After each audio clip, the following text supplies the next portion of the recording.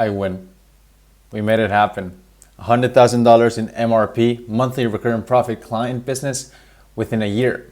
So I'm recording this video to show you what was the plan that got me here. So maybe you can implement some things for yourself.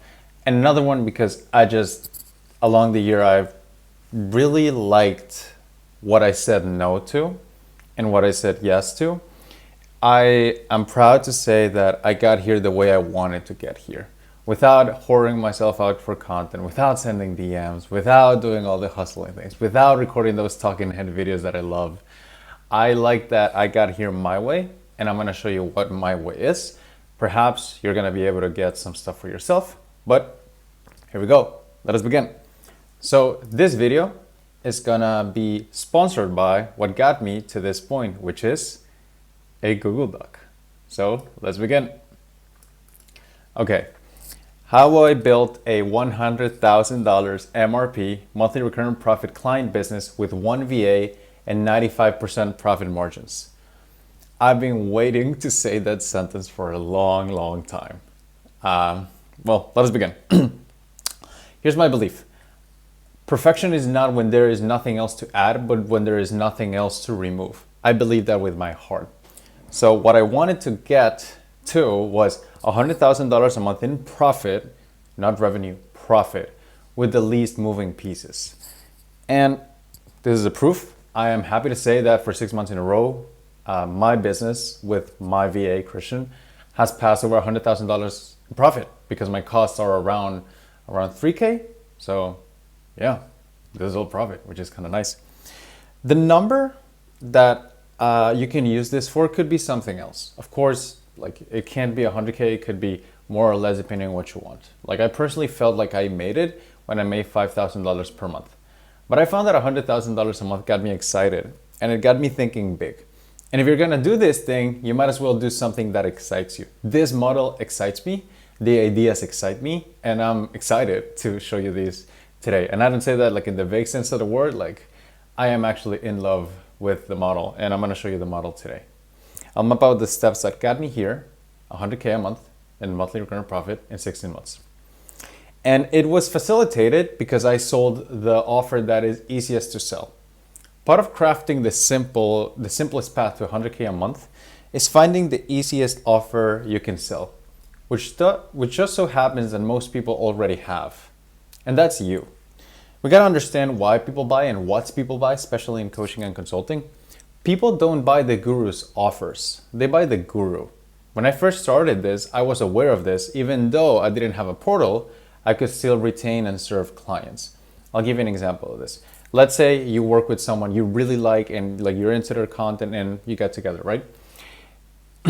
Which one would you hate more? If he didn't have his access to you, like you couldn't talk to him at all, or if he didn't have the trainings, but he supplemented with, hey, by the way, this is not ready, but you can talk to me while I do them. I'd hate the fact that I can't talk to the person more because people don't buy your stuff. People buy you. Coaching and consulting nowadays is like centered around what offers do you make, what's in your portal, what's in your course.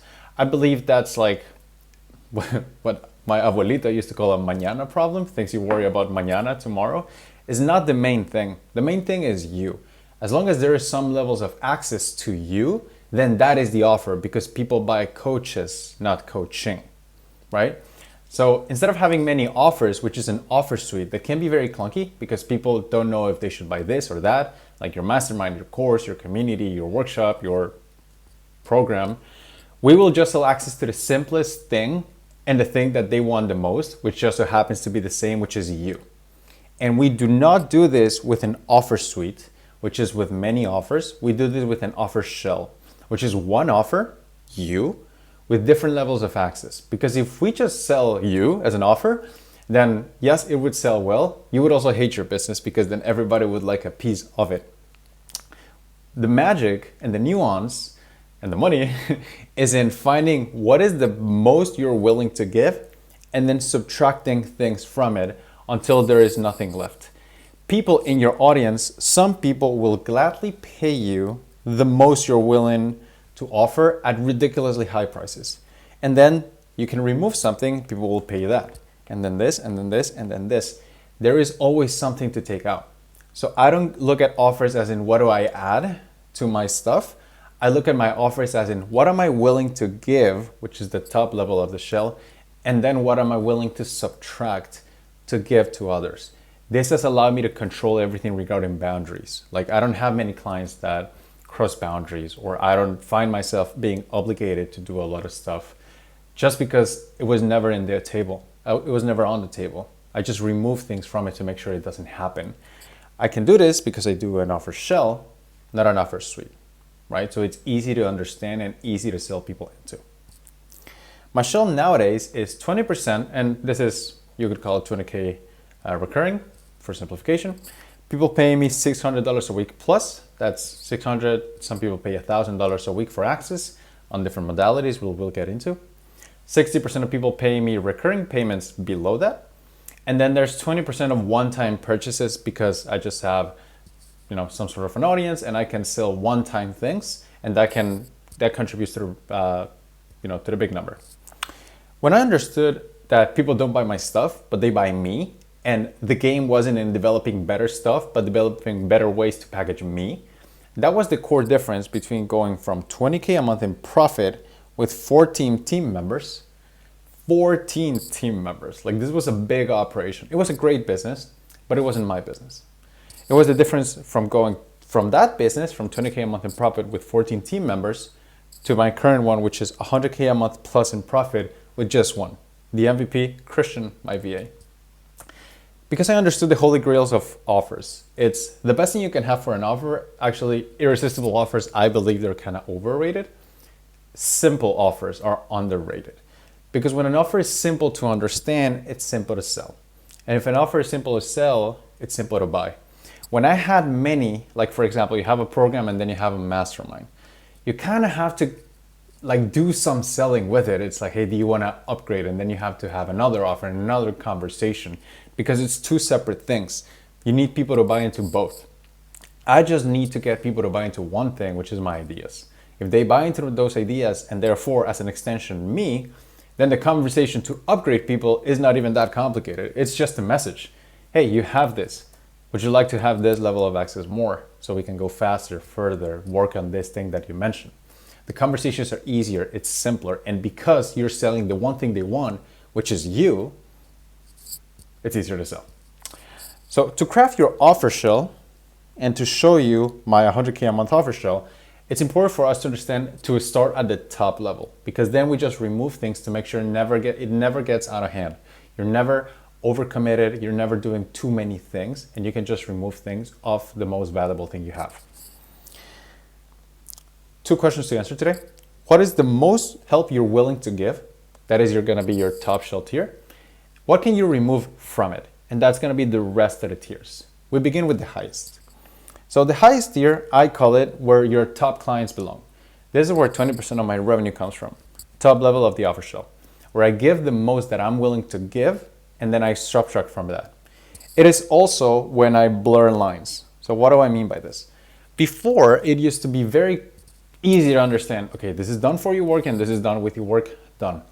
Nowadays, I believe with top clients, because they're the closest guys to you, lines must be blurred. There are some occasions in which maybe like a client doesn't get it and I'm like, you know what, share the dog, I'll help you with it, right? Or sometimes where I don't just have to coach them, I have to consult, as in like, hey, like, can I consult? Like, I have the answer for this because I've done it before, can I give it to you? And sometimes I have to mentor, as in, here's how I would answer to the question as if I were you. I constantly blur lines and I don't box myself in, because the goal is just getting them something. It's just getting them a result, right? So I don't differentiate between done for you and done with you as much. I rarely do things for them, but I don't try to box myself as in, look, I will never write this sentence for you. I will never rewrite this message for you, because they're my top guys, right? And if I can help them in certain ways, because I limit the access and who gets in there, it never gets abused. Because they're the top, I use plenty of things that I don't advertise to get them a result. Like, for example, one time I had a call with a client when I was first beginning, and it went atrocious. We talked for 30 minutes and absolutely nothing was done. No, we talked for an hour and absolutely nothing was done. And at some point I said, listen, man, This sucked. But how about we get on another call and we'll sort it out. This wasn't in the offer. This wasn't advertised. But, I got to get off my high horse and be like, hey, here's how I'm willing to help. Because I find that I'm okay with helping clients. Big realization, right? I'm okay with sometimes giving them a little bit more if it makes sure that the job gets done. Because it never stays that way. It never stays that they're keep abusing the thing for months and months and months. It's just like a week and then the problem gets solved, right? So defining what you're willing to go through at the most to help somebody who pays you the most you're willing to charge for is important. So once you define what that is, that gives you the top level of your shell. This will be the closest access someone gets to you. So it's important to limit it. Mine is 12 people and it looks like this. So in a very, we're going to be filling this diagram today, but at a very gross simplification, the top clients get the following. They get the assets, stuff like my stuff, right? My tools. They get group access where other folks are, and they also get private access on top. How you define this depends on everybody. I have my own definition, cash creators and other people have their own definition, but it's the most you're willing to give someone. So that's it. You find the most you're willing to help people with, and then you cap it at that and you're like, this is it, right? You cap it at spots. And now you have the offer.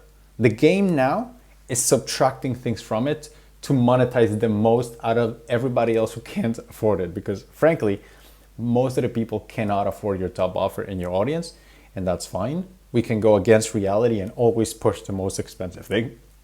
Or we can go with reality and facilitate people to get at their level that they need most. Next level, this is where most of my recurring revenue comes from. It's core clients. What do you give them?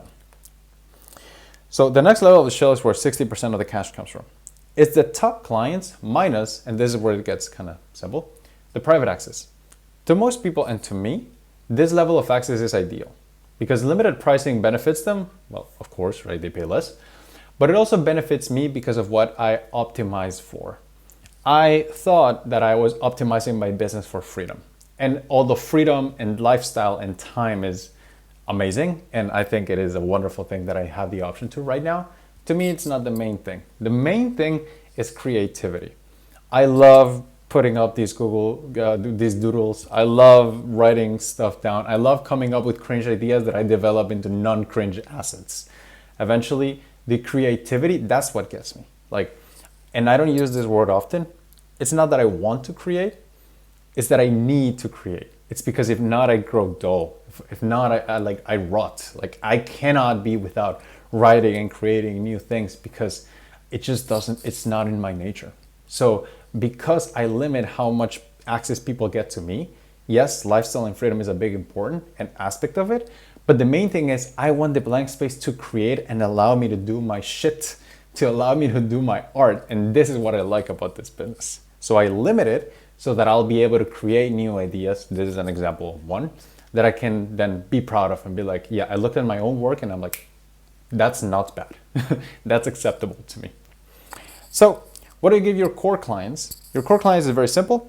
You just take what you're giving your top clients and you remove the one that you like, that takes the most time, which is private access. So you just remove private assets and you're left with just a group access with different modalities. Everybody has their own. And your assets, which is, it could be your portal or this stuff, the stuff you give them. Now, customers. And this is where definitions are useful. Until now, we've only talked about clients. Most people would focus on getting leads and turning them into clients, right? Logical. So you get leads and then you turn them into clients. I have found to be quite inefficient. So what is the difference? A customer, actually pretend you didn't see this. You didn't see this? Okay. A customer is, we define a customer as somebody who bought something from you once, right? They paid for you once, right? $1, $100, same thing, right? A client is somebody who pays you in a recurring basis. I have found that customers are much more likely to become clients than leads. And I ran the numbers on this. Try to guess. Try to guess how much more likely is it from somebody who gave me $100 to then become a client compared to somebody who gave me $0 to then become a client. The difference is just $100, but it's the intent of paying and admitting, intuitively that, implicitly, that I have a problem and I'm willing to pay for it. What do you think the difference in likeliness to become clients is from those two groups, from somebody who gave me 0 to somebody who gave me 100? The difference, and I ran the numbers today, is 56.2 times. This is not 56% more efficient. This is 56.2 times more efficient to become clients. This is a wild statistic. If you could get a 56 times increase in anything, then it's probably worth doing that. And that's what I realized for myself. The reason why is because of prospect inertia. The more money someone gives you, the more money they are likely to give you. It's like a test drive. If you wanted to buy a car, then they know that in order to get you to buy the car and make it more likely that you buy the car, a test drive is in effect. If you do the test drive, you're more likely to buy the car, right? Which then kind of makes asking people to go from cold lead to paying you 1K, 3K, 5K, in my opinion, kind of a waste and kind of a reach, because they don't know you. They haven't paid anything from you. It's like you're asking people to go from 0 to 100, from nothing to marry you, from no commitment to, hey, we're in this thing for a year. It's a big sale. And this is why a lot of people who have big audiences, they just can't monetize it. I talk with people who have 200, 300,000 followers. They're like, man, it's like, I've been stuck at this level for like 3 years. My following has quintupled, but my cash is kind of the same. Sometimes it's going down. It's because you're asking people to give you too much. Visualize, it looks a little bit like this. The common theory is to get people from leads to clients, is to ask people to jump. We, as cash creators, don't ask people to jump. We ask people to flow from leads to customers to clients. And I have found that just adding this one step will make my funnel 56 times more efficient. Like, what can I tell you? Like, the thing worked, right? Now, the key is, what do you sell to create customers? Do you need to create a course? Do you need to create new stuff? I say no. I say that you need to use the things that you already have because they're simpler. Why? And they're easier to sell, but like, why? Why is it optimal not to create new thing? Where is this?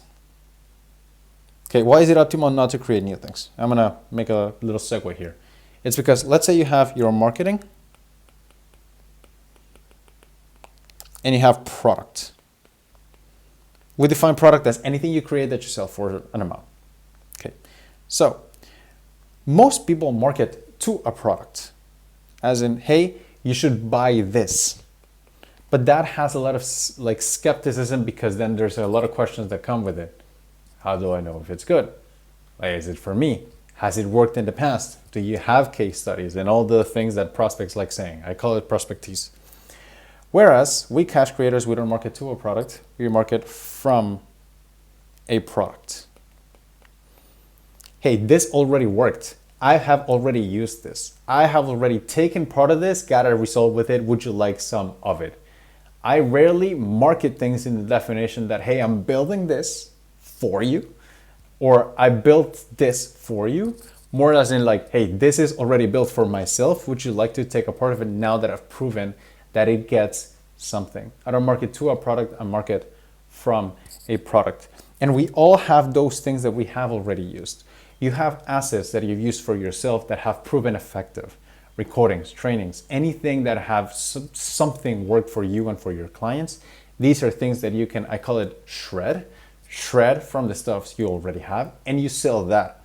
If you were to create nothing new, but just take the things you've already delivered for your clients and find what can I sell individually, then there is a world in which that gets you more clients than if you created more new stuff. Things that the content creators don't want you to hear, but the cash creators do. So because I have this funnel, and I have a funnel that was 56 times more efficient than before, is why I'm smiling today here and telling you these things, and not out there DMing people, which honestly was the part I hated the most about the previous business. I don't spend time with leads. I just do not do that anymore. I make more by focusing on creating customer offers and only talking to people with credit cards because they've demonstrated intent. People just buying something doesn't just mean like, hey, I liked it, right? Whereas if they like something on your or opt into your newsletter, yeah, they probably like it, but it doesn't mean that they have some intent. Creating a customer demonstrates intent. In my world, words are nothing. Like, they are worth nothing. The only truth in my world, in this business, is transactions. I don't believe people who say they're interested. I don't believe people who say, hey, like, I'm definitely gonna sign up someday. What I do believe in is somebody taking their credit card out and saying, I want this small piece, because that hints at their interest of the bigger piece. And you create this interest and make your funnel 56 times more efficient with what I call the workshop funnel. What allowed me to create 800 customers and 94 recurring clients from an audience I thought was kind of dead, right? It works as follows. You deliver assets to your clients in a workshop form, or a format they understand well. You don't have to go on camera if you don't like it. You can do it some other way, right? For that just one specific thing, like if you see maybe you have a program, right? It has many components that you use to create a result, right? Some of them are calls with you. Some of them are, you text them. Some of them are DMs, and some of them are trainings. Then you just take this specific part and you sell that specific part. That's all this is. It's just unbundling the things you're already doing. It's shredding. So you sell one-time tickets to outsiders, and just that, it sounds really stupid and really dumb, and that's why a lot of people don't do it.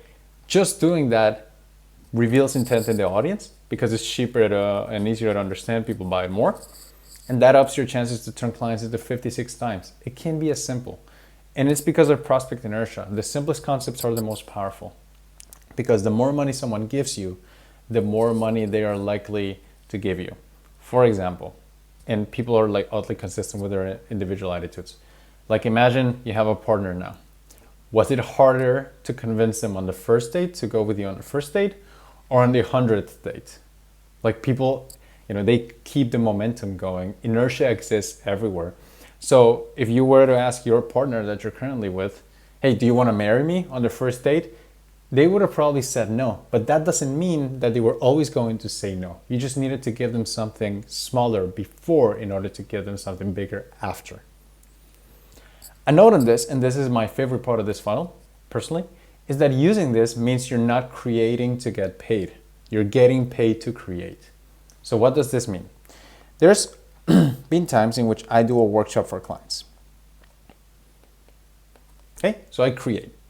In that same place, customers are there, and then top clients are there, and then some of the people I partner up with are there. See how I'm creating one thing, I'm just creating the workshop, but because I'm doing that and giving access to everybody with the shell, I'm getting paid to create for everybody here. Like, it's not like I'm developing a course. Like, I'm never developing a course. All I'm doing is creating stuff for my clients, and then some people buy one-time tickets for that workshop, and they're literally funding my creation. They're literally funding me serving my clients. It's a wonderful thing, and this is why I'm like, hopefully you're starting to understand, like, I'm in love with this model. Like, I am in love with what it created in terms of simplicity and efficiency in my life. I digress. Where we're at is that essentially to your top clients, you give them the most you're willing to give them.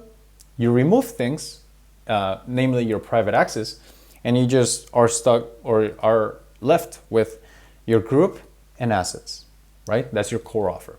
And then you remove access to you and you just sell that as assets so that you'll be able to find leads and people willing to pay to then upsell them. It's a method of subtraction. We're taking things off. We don't start from, okay, what do we post and how do we turn them into leads, because there's just too many variables. Whereas if you start from the end and work your way backwards, it can actually be this simple. And this is like the main shift that I had to uncover to get to the point where I'm at, which is the best business models fit in one page. The best business models are simple and you don't have to have many variables because you start from the end and work your way back. Now, leads. Up until now, we've only covered what you give in exchange for money, right? That is a sale, but you also have to give somebody else a sale, which is your leads. You need to convince and sell the idea to your leads that it is worth it to give their information to you. And this is where this marketing quote becomes relevant. It's my favorite marketing quote by a non-marketer. Marketing beyond conveying information is insecurity. So how do you get leads? And I believe that if you wanted to get leads, we need to think about the way we develop lead generation as a more honest approach. The best marketing is honest. It's just about telling a story that already happened. That's why as cash creators, we get leads by marketing, not from our product, but not to our product, but from our product. And I'll give you an example. Like, notice how different this feels. If I tell you, in my newsletter, you're gonna learn really great tips to grow your client business, join. Versus, in my newsletter, Mark used these tools to close 3 clients on retainer. I'm sending you the same email I gave him tomorrow if you join the list today. Boom, join. There's a very big difference in how it feels and how it's treated and the frame through which you approach getting leads when you don't market to your product, but you market from it. Like, the best marketing is talking about the step that's ahead of it. If you want people to move to the next step, talk about what's happening in that step so they'll want to be a part of it or take it. This is why we don't struggle creating content mostly, because we simply tell the truth. We focus on our delivery and we put our autistic effort and heart into making great content and products for our clients. And then we take stuff from that and we use that as in, hey, we're doing this, would you like to be a part of it? And we tell the truth about what we're already doing. Most content creators spend 95% of their time getting leads and 5% serving their clients. We do the opposite. We spend 95% of our time serving clients and 5% getting leads, because we know that's just the easiest way to get leads anyway. In other words, we tell the truth, but we make it fascinating. Just like Ogilvy said, tell the truth, but make it fascinating. So in order to get leads, all you have to do is, from your offer shell delivery, you extract truth. What is happening on those levels so that people will want to ascend to those levels? Examples are stories. Like, this is a story, right, of how I got to 100K a month. And I tell several stories inside my newsletter on how my clients are getting their own outcomes. Another one is outcomes. What happened? Did you get a win? Did they get a win? Like, what is happening? What activity is being created that other people might want to be a part of? And the other one is insights. I rarely get insights when I market, but I get plenty of insights when I serve. I serve clients, and it's weird because, like, maybe I'll create something like a training, right? And I'll have these ideas. So idea 1, idea 2, idea 3, idea 4. But when I force myself, and this is why I like creating so much, I force myself to, okay, how do I make this simple? Because it deeply bothers me when I cannot explain things simply. Like, it really pains me. But when I create this kind of stuff, sometimes I'll realize that, okay, I know how idea A and B connect.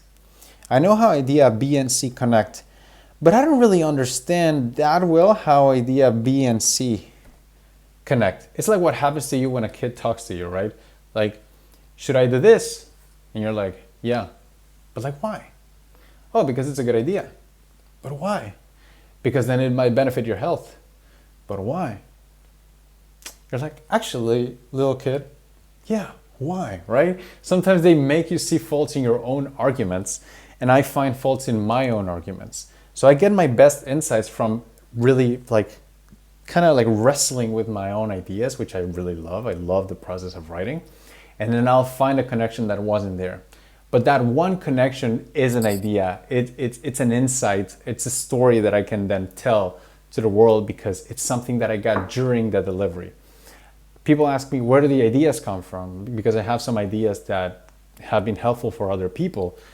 And I tell them that it's because I am so focused on serving my guys that eventually something will pop up. Ideas come because I'm always finding ways to, like, say something in less words or say something better, say something more efficient, and eventually something will pop up.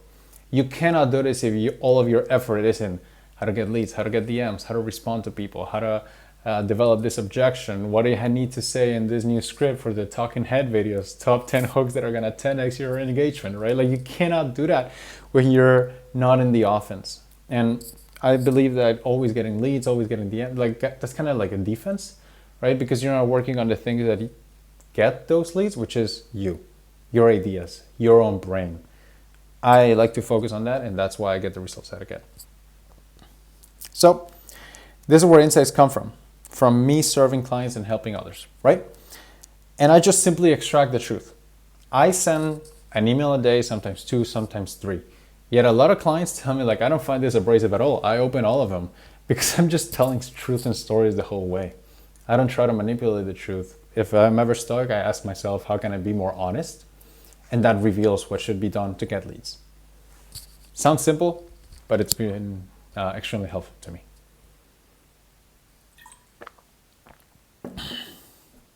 And followers. So how do you get followers now? How do you grow the audience, right? Because likes are cool, but likes in cash, but likes don't hurt. We gotta remember that people buy coaches, not coaching. To attract a following, we can't just base our stuff in numbers and truth. As in, if you use this, then 20% of people are gonna convert into this, and so on and so on. If you build an audience logically, you will miss out on the emotional aspect that makes people buy. Like, I ask everyone why people join, right? Like, what are you doing here, right? And some folks literally just say, because I want to become a cash creator.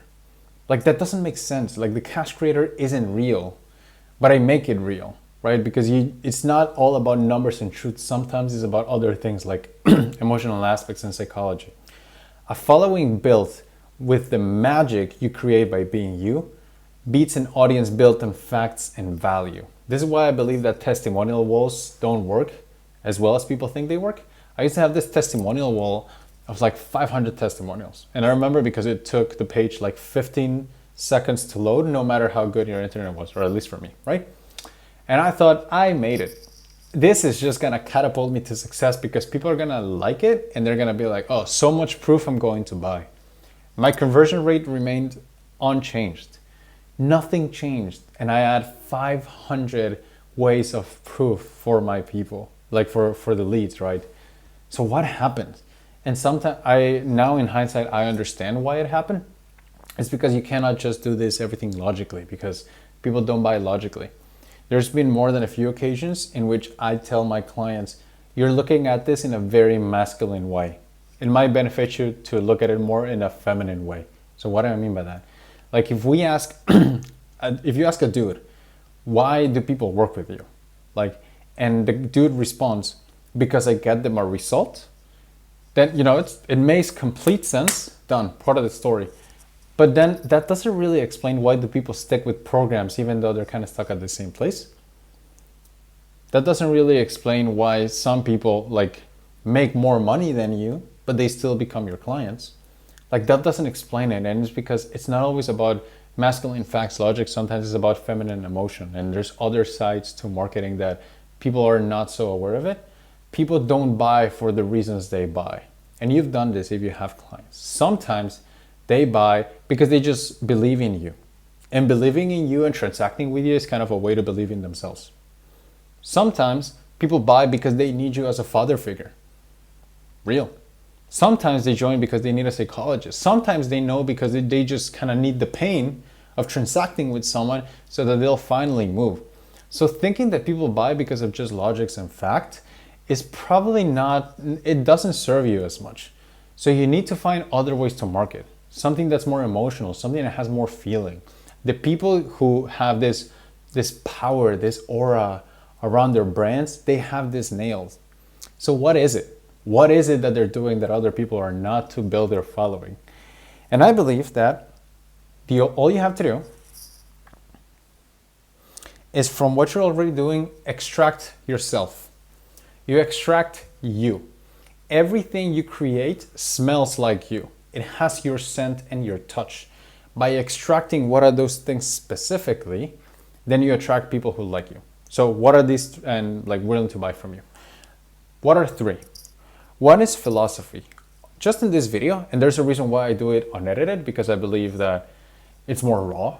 you can see just more of how I think. What are my ideas? You see me putting a lot of effort into branding my things and calling it different names. And like, I try to put effort into making things sound lyrical and effective. And like, this is how I think. Like, I've exposed you to my philosophy in this way.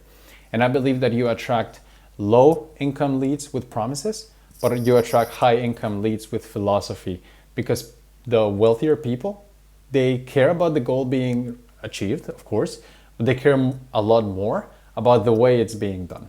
So by putting your philosophy out there, you get better leads. A second one is protagonism. I believe that there's coaches and there's protagonists. So a coach kind of exists. He's there. He just kind of floats. Whereas a protagonist treats this thing like he's the main character. So I believe that you shouldn't treat like Instagram and Twitter like social media. You should treat it like Netflix, as in you have a journey.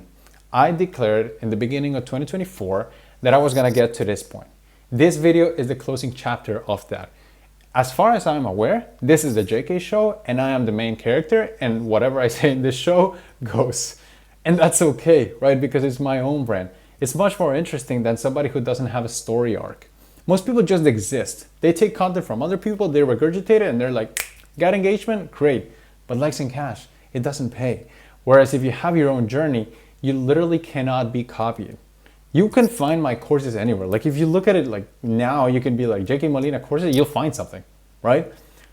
But they can't copy the sauce. People can copy you, but they can't copy the sauce. And that's why I'm okay with it. Because they cannot do what I did, and they cannot have the same arc that I had. A lot of my copy, my copy is uncopy pastable, because I did build this business. I have my journey, and I update people along my journey as if I were a protagonist. There's coaches and there's protagonists, and you make a lot more money being a protagonist. And the last one is ideas. This is a reason why I have people, clients that pay me, or that clients that make more money than me. Why? Because there's been a few occasions in which I'll expose them to my ideas, and then they'll join and they're like, JK, listen, man, like, I really like your marketing and stuff and I respect it, but like, that's not what I'm here for. What I really want is this idea. I need to install this. Great, we work on that. You make a lot more money, but of course, let me help you. It happens really often because ideas are like the true magnet for people, because ideas like spread, they're bigger than you. Like I came up with the idea and branded it as Likes in Cash. Like I own likesandcash.com. There's a lot of people who have no idea that I exist, use that idea in their content. And I'm okay with it because my ideas outlive me. And if you can get someone to buy into your ideas, you can get them to buy into a product much more easily, because ideas are much easier to buy into. Like you get an idea and you either buy or you don't. With an offer, you're like, okay, it's like you have to make a conscious decision. Do I buy it or do I not? Whereas ideas, if you agree with it, they just stick to you. Like you see an idea and you're like automatically agree with it.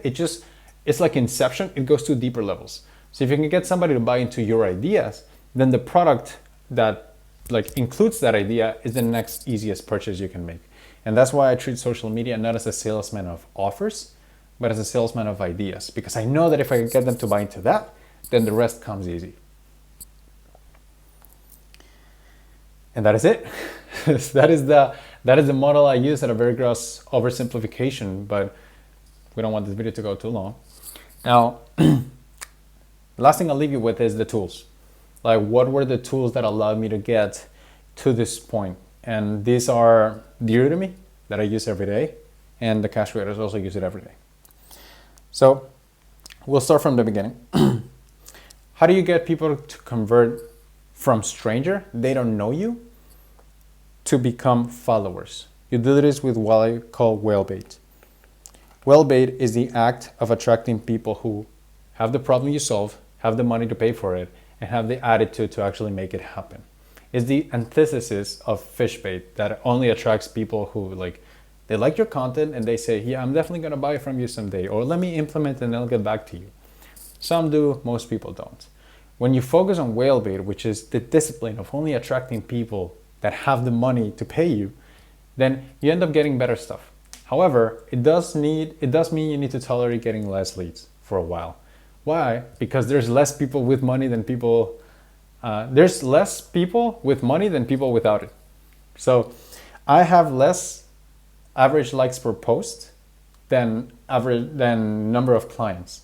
Like I have more clients than average likes per post. Why? Because I'm very careful and very deliberate and disciplined on I only post whale bait because I'm not interested in building a show business. I'm not interested in going viral. I just want to target the people who have the money to pay me because this is what I like. Sue me. That's the first one. Whale bait allows me to get followers.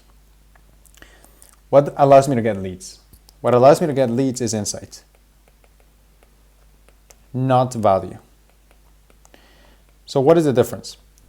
Value is giving people the answer. So if somebody watches a video and they like, oh, this was so valuable, they say that because they get an answer that they were seeking. What's the problem with it? Especially in coaching and consulting. It's that people do not buy out of gratitude, they buy out of self-interest. So if you give them free value and you give them the answer, yeah, they're going to be thankful for you, but you kind of made it against their interest to sign up with you because you already gave them the answer. This is why a lot of people who give many really good tips on YouTube or wherever, they actually don't get that many clients. They changed many lives, but they're not getting paid for that because they gave the value away and now they're like going on their own. Value is giving the answer. Insight is proving that you have it. It's aligning incentives. Instead of telling people, do this, do this, do this, you say, hey, here's the answer. Here's how I developed the answer. This is what you should be considering. Here's where we're solving it. So instead of getting people to like go somewhere else, you align the incentives. You align the incentives as in they lean in more into you and you want them to buy. So insight is why I have 15,000 followers on Instagram and they make as much money as my 220,000 followers on Twitter. This audience, the other one's like almost 200,000 followers more and they make the same money. Why? Because I slowed my Twitter audience down by giving them value. I'm fixing that now. But I never did that with Instagram. On Instagram, I always gave insight-based content and not value. And this is why I attracted buyers and not triers. Customers. How do we attract customers? We attract them with the workshop funnel. And this exercise is about extracting things you already have. You, as a person who helps someone, don't think of yourself as like as a coach or a mentor or whatever, just a person who does something for somebody. This is you.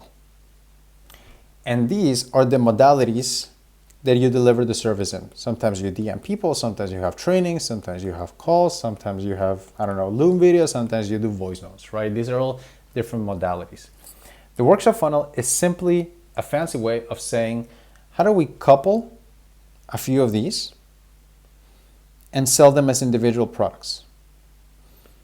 And once you see that there is an infinite variation of products you can do within the one you're already offering, then you have infinite ways to speed leads up. So if the main offer isn't hitting, like the big black square here isn't hitting, then the green ones will, because you're varying the offer. When people know what you're going to say, they stop listening. So the key there is not to like keep saying the same thing, but to find other ways within the ways you're already doing to sell that individually. So that is the workshop funnel.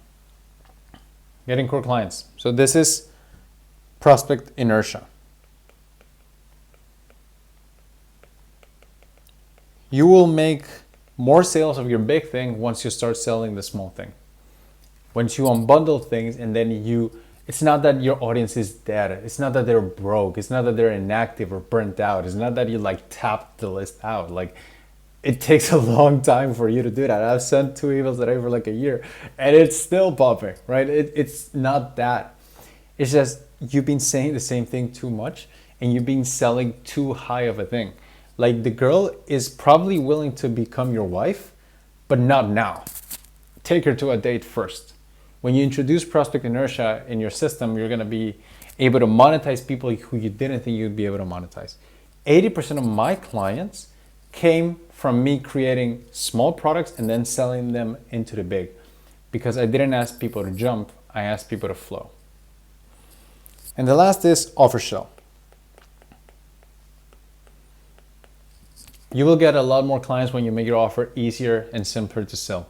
And what is easier and simpler to understand than you?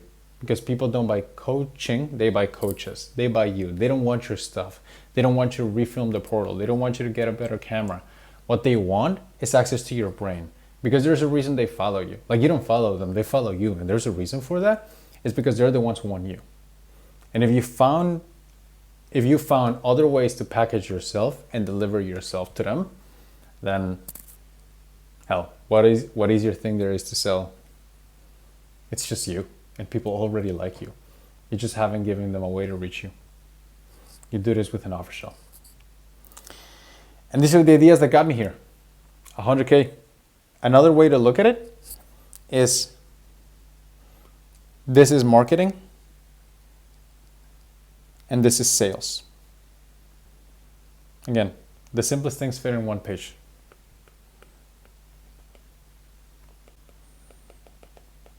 And this is the model. And these are the ideas that I am proud to say we made it. 100K a month in monthly recurrent profit.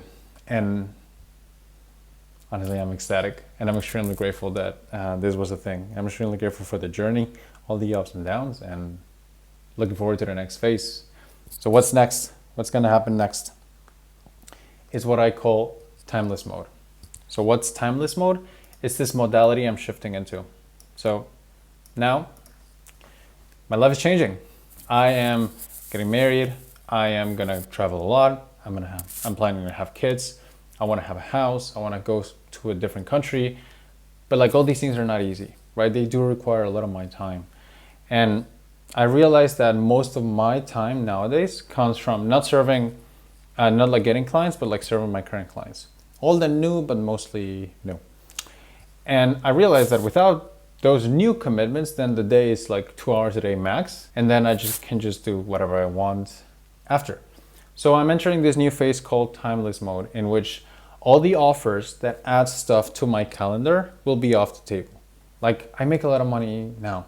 Right? I have no need now for like more and more and more.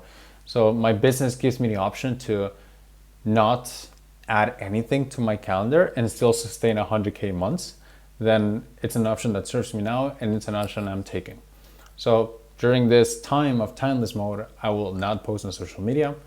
I will not add and take on any new commitments other than serving my current existing clients. And I'll only deploy ways to get access to this model and other ways of help, but they cannot interfere with my calendar. Like, that's the main thing, because I want to protect it and, go on to the next thing in my life, because I believe that I got to this point, and I'm grateful I did, but I can feel something calling me in a different direction, and it's a direction that I've decided to listen to and go on and follow my intuition. I don't know when timeless mode will be over, but when it's over, I guess you'll know. Meanwhile, you can go to likesaintcash.com. That is my newsletter, and you can get that's where I'm going to be communicating, because I'm a writer and I love writing anyway. But there's no other place you're going to be able to reach me unless that. So if you'd like to get some of this help, maybe get a head start for when I open up Cash Creators again, so we can install these ideas in your business, that's an option for you to do so. It's likesaintcash.com, because likes are cool, but likes ain't cash. See you someday.